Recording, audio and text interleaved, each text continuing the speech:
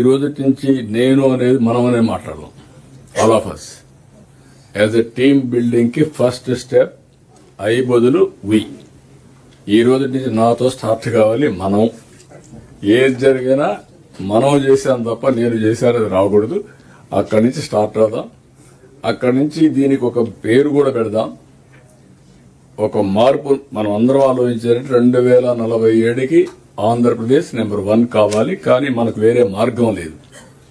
ఈరోజు డీఫంక్ట్ అయిన వ్యవస్థల్ని రివైవ్ చేసుకున్నాం. ఎకానమీని రివైవ్ చేయాలి. మనకు క్లియర్ కట్ ఒక గోల్, ఒక విజన్ ఉంది.